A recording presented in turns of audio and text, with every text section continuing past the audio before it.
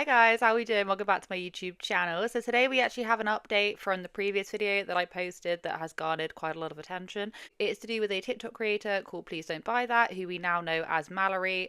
Huge apologies, I did not see your name in the description there. My name is Mallory. Not, please don't buy that. There was quite a lot of backlash because the Odd Muse was being called out by Mallory, aka Please Don't Buy That, due to their whole ethos of being slow fashion and sustainable. Her whole page is about reviewing fashion brands. Is it worth it? Is it not? Not just talking about, the way that it looks, but really buckling down to exactly what they're saying, what they're marketing it as. She has a whole background in production, design, that kind of thing. To my own knowledge, she is an apparel expert turned apparel educator. She just provides a lot of insight, and she talks a lot about sustainability and about greenwashing and the effect that it's having on consumerism when it comes to fashion. Okay, so there was a lot of backlash going on there. As Amy Smale, who is behind the Odd Muse, got actually personally offended and started launching the attack back on Mallory. It got to a point where the Odd Muse's fans were coming over in flocks and basically harassing Mallory. And it got to a point where Amy actually appeared crying on her TikTok and made several videos. And she's still making videos even now, trying to debunk the myths that they are not fast fashion.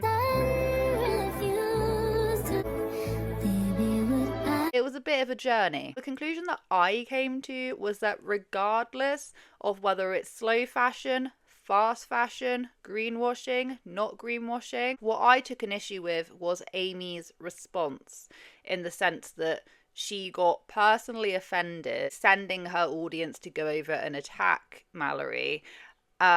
And even when there was criticism not directed at her in a horrible way from Mallory and other people, she took it as bullying instead of thinking, oh, wait a minute, I'm going to use this as constructive criticism. She basically went on the defense and started crying on social media. If you are the founder and the face of your company, not being able to take any form of criticism or just any opinion whatsoever, and labeling it as bullying and harassment, even threatening to send lawyers Mallory's way, that is not a good look. I'm not a fashion girly. I like clothes, I wear clothes. I know very little about the details of the manufacturing process, I'm going to be honest. But I will tell you that I have owned this for about 7 or 8 years.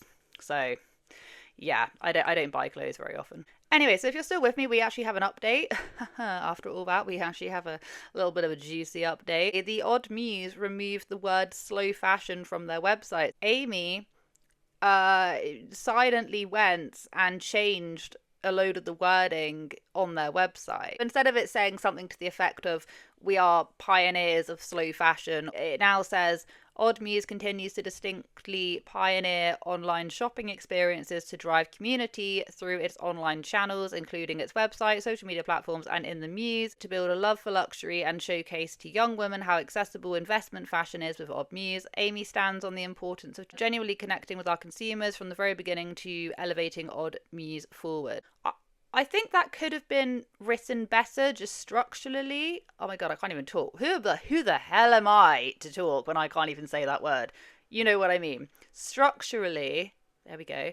I feel like that was written in a bit of a rush. Or maybe it's just the way that I'm saying it. But whoever wrote that, I think they did that in a bit of a rush, because it could have been structured way better than that. After my video last night proving that sustainability is not subjective in the UK per their laws, Odd Muse did go ahead and remove the words slow fashion from their website. However, still when you search Odd Muse sustainable, you can see here they are sponsoring a Google ad where they call themselves sustainable slow fashion. So I would also recommend, from a business perspective, to stop paying for that ad. Mallory does also go on to say that through all of this, she has had the actual CEO of her company that she works for contacted over this. People literally making threats to get her fired. Like, ridiculous stuff, yeah, when it really just boiled down to having an opinion. I have been absolutely harassed the last week. I have had people threaten to get me fired from my job. I actually had someone go out of their way and email the CEO of my company. I've been called a mean girl. I've been called a bully. I have been accused of abusing somebody. Per a caption, abusing somebody, which is highly offensive to me as a domestic violence survivor and somebody who is very familiar with what abuse actually looks and feels like. I have also not damaged anybody's reputation. That's not how that works. But if there were to ever be some kind of defamation lawsuit against me, I do have more than 20 screenshots of people expressing that because of how much they don't like me and didn't like my video, that they actually placed an order with Oddmuse. I have seen other very large creators and other creators with brands who I have critiqued in the past jump on the bandwagon of continuing to harass me. I've been accused of deleting comments and controlling a narrative, when in reality the only comments I delete are ones that are extremely vile, hurtful, and offensive. And I open all dialogue with anybody who is willing to have an open dialogue and discussion with me about these topics. And it goes without saying, but many comments have been filtered. I have been told that accounts like mine are going to be the downfall of this app. I have been told that I'm not an industry expert. I have been on the receiving end of extremely hurtful DMs. I have had multiple people attempt to entrap me in my claims about the brand. My morals and my intentions have been questioned, even though I have provided full transparency down to the penny as far as what I have made from these videos. I have been harassed this week. Now I have been proven correct by the direct actions of the brand. And I want to be really clear in saying that I feel I am extremely deserving of a clear, concise, public apology. Personally, I do feel that by Amy removing that part of the description where it very clearly did state slow fashion was such a key player in the campaign she was doing on her website, just general posting. It was all about affordable investment fashion, slow fashion, you know, sustainably sourced, blah, blah, blah, blah, blah. Like, it had all of those key points in it. So for it to just swiftly change without any conversation whatsoever is a little bit shady. Is that Amy admitting that maybe she was wrong in labeling it slow fashion? I don't know. I do know that she did come out with a video really recently talking about the process and how long it takes for her to launch a campaign from idea to actual campaign launch. So how does Oddmuse launch a collection? I am so excited for Oddmuse result. People say it's their Super Bowl, some people say it's their Met Gala. For the people at Oddmuse, it's just our most exciting time of the year. It's really the collection that everyone is the most excited about and is the most excited to work on. There's many steps to launching a collection. At Oddmuse, it's around 8 months that we take to really form the collection. We start sampling 8 months before.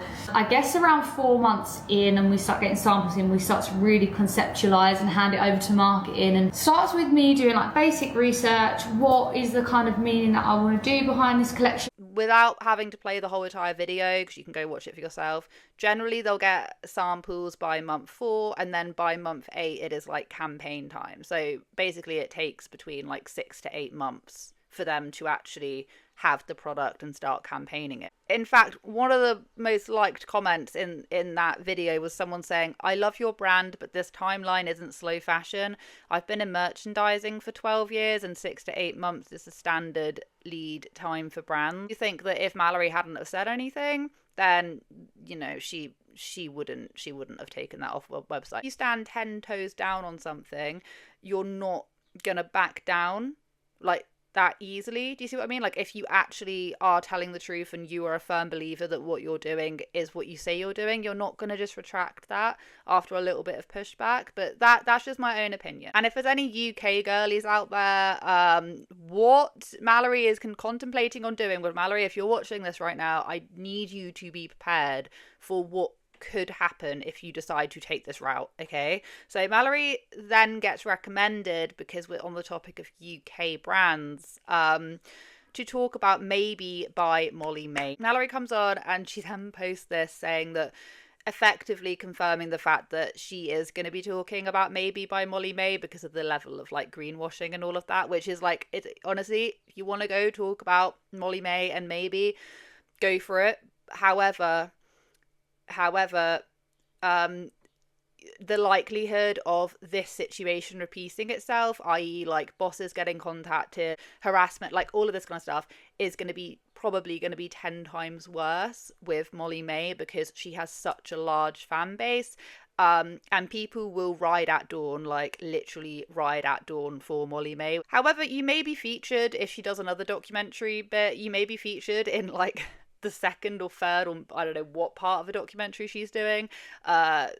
You may very well be featured, because there was a lot of pushback when she decided she released some blazers, I think. I don't know. I've never been on the Molly May hype train because I'm just not her target audience. I don't know. I do remember that there was a time and a place, was it last year, where she got called out so badly for her blazers because they were so expensive, and when they were arriving they were like bobbling, and they're like the actual composition of them was cheaply made, right? Okay, it was. Let's call it for what it is. It was cheaply made. I want to give a little update quickly on my Maybe blazer, which I got last week. I went out on Friday night and I wore this, and unfortunately it's not great. Look. So if I put it on, I don't know if you can see here, but where like the underarms, not the underarms, in the inside of the arm, it's like, it's bobbled everywhere. I actually don't think it looks, there we go, you can actually see it. But literally the fabric has just bobbled absolutely everywhere on these insides, so I'm not impressed. I'm really disappointed. I'm going to figure out what I can do. Look, you can see the inside here as well. You've got... It's just pilling. I could pick them all off and it'd be fine, but I guarantee like another hour of wear and it will literally just do the same thing. So I'm really disappointed, ultimately. So would not recommend buying this. It's not worth it. Until they can maybe, and also you can see the button threads. I mean, I know that's not uncommon, but that's already come loose. And I wasn't doing anything crazy on Friday night either. I was literally kind of just sitting down having a few drinks. So that's the update on that. And so she went away, and I think she altered parts of it. And I think some of it is better now. I don't really know, but I do know that she did go. And she did talk all about it in this like docu-series that she did. What's happening with the grey blazer? There was a fault with the fabric. So at that point, they've remade the blazer fabric. Right. Sent it without approval. The fabric's not the same, and the colour's not the same. That's what I've noticed. Like with the final production blazer. From my perspective, I just don't think it's the right thing to do. Well, I just think you're going to bring up a whole nother... No. I mean, I've already factually, like, 100% decided that I am going to address it. I don't agree with it. I'm telling you from a brand perspective, you're going to raise a hell of a load more questions if you address it. And yeah, so just be prepared. It's always interesting just to hear someone else's point of view about some of these claims and like these companies and what they're getting away with. But yeah, Molly May, the fan base over there can be a little bit rabid. But yeah, that is pretty much the update that I have. Very short and sweet. Just wanted it to follow up from the last video so you can just go, yeah, okay, that's the update. We are done with this. Although I am looking forward to the review of the clothes because I believe she had actually purchased like $1,000 worth of clothing from the Odd Muse. So I would be interested just to see if it's worth it or not, but I don't know if that's still going ahead or not. But anyway, I'd be really interested. Anyway, thank you so much for watching. I hope you guys have a wonderful day wherever you are in this world. Take care of each other, take care of yourselves, and I will catch up with you guys in the next video.